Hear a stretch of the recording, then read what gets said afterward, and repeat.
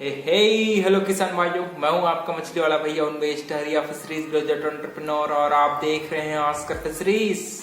किसान भाइयों, आज के इस वीडियो में हम लोग बात करने वाले हैं कि अगर आप सीमेंट टैंक में मछली पालन करना चाहते हैं तो आखिर आपका कितना बड़ा सीमेंट का टैंक होना चाहिए, उसमें कौन सा मछली का आपको पालन करना चाहिए, सीमेंट टैंक की गहराई कितनी होनी चाहिए और कैसे आप सीमेंट टैंक में मछली को तैयार कर सकते हैं, क्या क्या सावधानियां रखनी चाहिए, सभी के बारे में मैं आपको डिटेल में बात करने वाला हूं। देखिए, सीमेंट टैंक एक ऐसा हम लोग टैंक एक सर्कुलर शेप में टैंक बनाते हैं जहां पर आपकी तालाब की कैपेसिटी लगभग 1 लाख लीटर की होती है, जिसमें लगभग जो आप सीमेंट टैंक बनाएंगे दोस्तों उसकी डायमीटर है वो 25 फीट की होगी और वही तालाब की गहराई है वो लगभग 6 से 6.5 फीट के बीच की होगी, जिसमें हम लोग लगभग 5 फीट तक अपने पानी का लेवल है वो मेंटेन रखते हैं। ठीक है, थोड़ा सा 1 फीट 1 से 1.5 फीट हम लोग गैप रखते हैं जिसको हम लोग फ्री स्पेस कहा जाता है।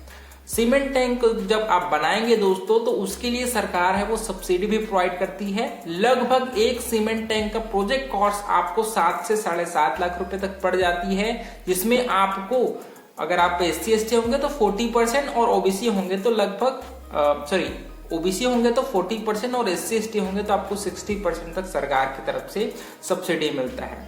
दूसरी बात, जब आप अपनी सीमेंट टैंक को बनवाएंगे दोस्तों तो जरूर आप स्टैंडर्ड साइज के डायमीटर को मेंटेन रखिए। 25 फीट से कम आप डायमीटर मत रखिएगा और गहराई है वो 6.5 फीट। ठीक है, इतना समझ में आ गया। उसके बाद जब आप सीमेंट का जब आप पूरा अच्छे तरीके से सर्कुलर टैंक बना लेंगे, उसके बाद टैंक को आप मछली पालन के लिए तैयार करेंगे। मछली पालन के लिए कैसे तैयार करेंगे? सबसे पहले, क्योंकि जो सीमेंट का लेयर रहता है दोस्तों वो मछलियों के लिए जहरीला होता है, तो उस जहर को आपको रोकने के लिए, कम करने के लिए हम लोग क्या करते हैं, जब आप तालाब में जैसे चूना डालते हैं वैसे ही चूना का घोल बना करके आपको तालाब में कम से कम 5 से 6 बार घोल बना करके आप तालाब से उसको निकालती हैं। उसको कम से कम 1 दिन रखिए, फिर पानी को डिस्चार्ज करिए, फिर उस घोल को 1 दिन तक फिर नया घोल तालाब में डालिए, फिर उसको रखिए, फिर उसको डिस्चार्ज करिए, है ना।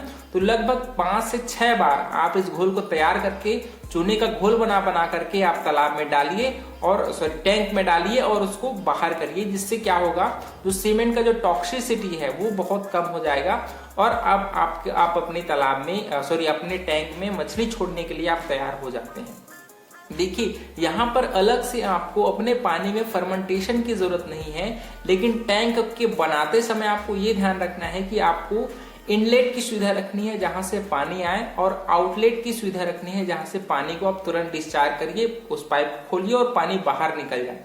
जिससे ये होगा कि आपको पानी को हाथ लगाने की जरूरत नहीं पड़े और पानी सर्कुलेट होकर के, अगर आप फिल्ट्रेशन सिस्टम लगाते हैं तो उस पानी को फिल्टर करके आप उसको रीयूज कर सकते हैं और अगर आप उसको खेत में डालना चाहते हैं तो बहुत अच्छी तरीके से उसमें खाद के रूप में आपके खेत को बहुत ही फायदेमंद पहुंचाती है। आपके जो टैंक से जो पानी डिस्चार्ज होगा वो आपके खेत में जाकर के धान के ग्रोथ के लिए बहुत ही महत्वपूर्ण रोल साबित हो सकती है। दूसरी बात, जब भी आप अपने टैंक में मछलियों को स्टॉक करें तो उसकी स्टॉकिंग डेंसिटी को जरूर आप ध्यान में रखिएगा।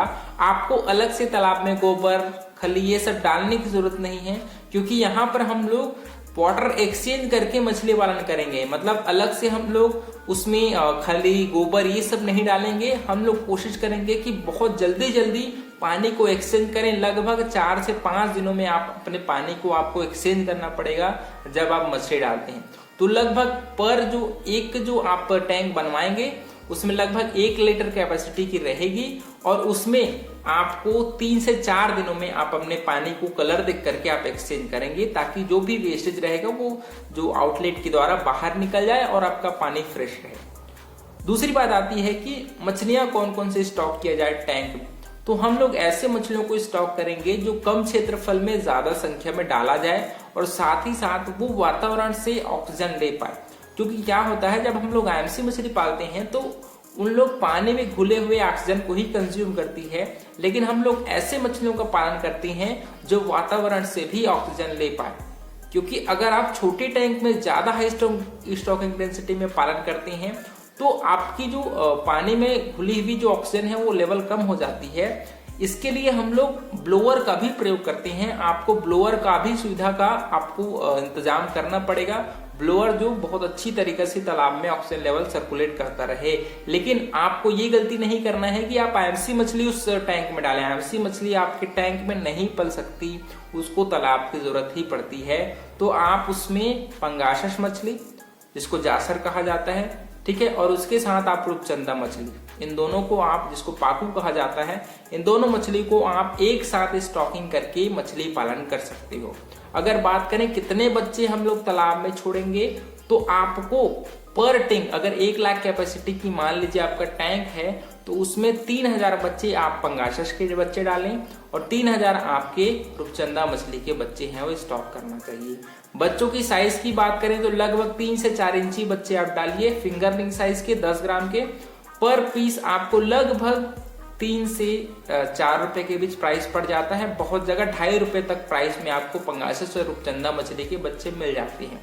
बाकी आपको एक चीज और ध्यान रखनी है कि दोनों ही मछलियों का साइज है वो इक्वल होना चाहिए। इक्वल मीन्स कि सभी के बच्चों के साइज 3 इंची रहे, 4 इंची रहे।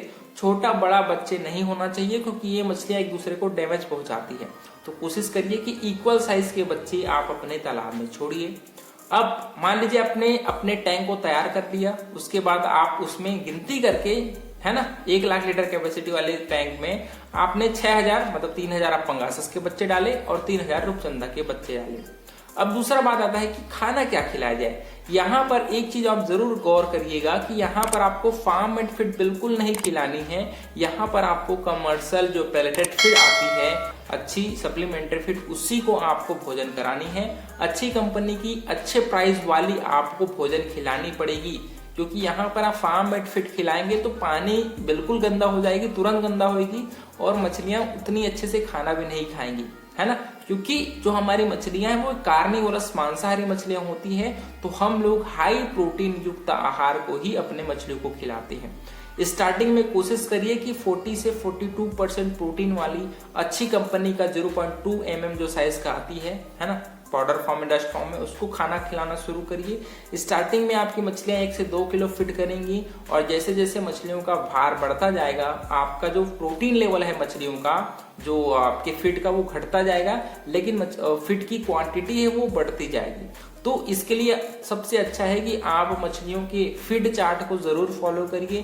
पंगासस मछली के और आपके रूपचंदा मछली के फीड चार्ट के अकॉर्डिंग ही मछलियों को फीडिंग कराइए, क्योंकि अगर आप बिना फीड चार्ट के मछली को फीड कराएंगे तो मछलियों का FCR बहुत ज्यादा आएगा।